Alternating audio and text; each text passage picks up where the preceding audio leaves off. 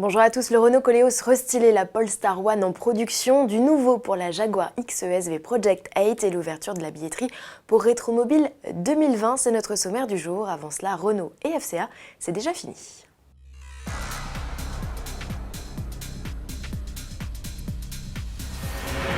Fin des discussions entre Renault et Fiat Chrysler Automobile. Le groupe italo-américain a retiré son offre de fusion à 50-50 dans la nuit du 6 juin. Motif, les conditions politiques en France ne sont pas réunies pour mener à bien cet accord.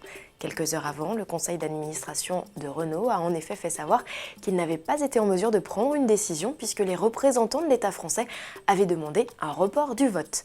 Le ministre de l'économie, Bruno Le Maire, voulait profiter de son voyage au Japon en fin de semaine pour discuter avec Nissan. Pour mémoire, la fusion avait pour objectif de mettre sur pied le troisième groupe automobile mondial.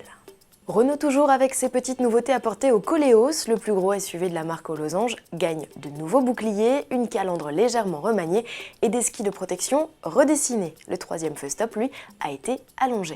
Dans l'habitacle, le constructeur précise juste l'arrivée d'une fonction massage pour le siège conducteur et des dossiers de banquette arrière inclinables en 2 positions.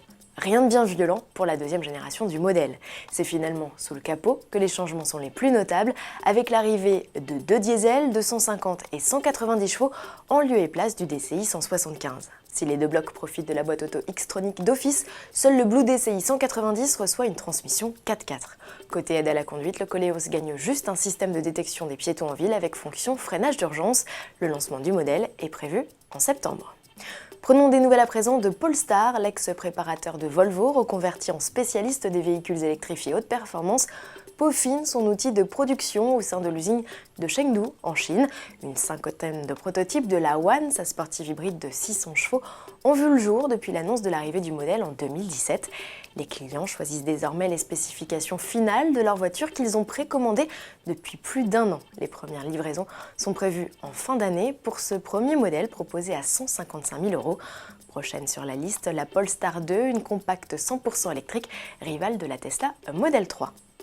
Jaguar assagit le design de sa XESV Project 8. Le constructeur présente une édition limitée à seulement 15 unités de sa berline de production la plus puissante de son histoire. Changement le plus visible sur l'anglaise, l'aileron démesuré sur la malle qui disparaît au profit d'un discret spoiler. Sous le capot RAS, le V8 suralimenté de 600 chevaux reste au menu. Si le 0 à 100 est toujours réalisé en moins de 4 secondes, la vitesse maxi est moins élevée avec une pointe possible à 300 km/h contre 320 sur la version standard. Le prix devrait lui aussi rester de haut vol, quoi qu'il arrive, il était jusqu'ici de 183 500 € sur le marché français. Avis aux amoureux de véhicules anciens, le salon Rétromobile ouvre sa billetterie pour l'édition 2020.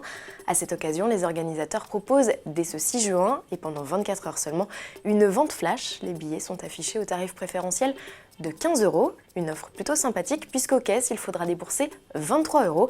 C'est d'ailleurs 1 € de plus qu'en 2019. Organisé du 5 au 9 février 2020, le salon se tiendra au Palais des Expositions de la Porte de Versailles, à Paris. Pour cette 45e édition, c'est une Alfa Romeo 8C 2900 B Touring Berlinetta qui tient le haut de l'affiche.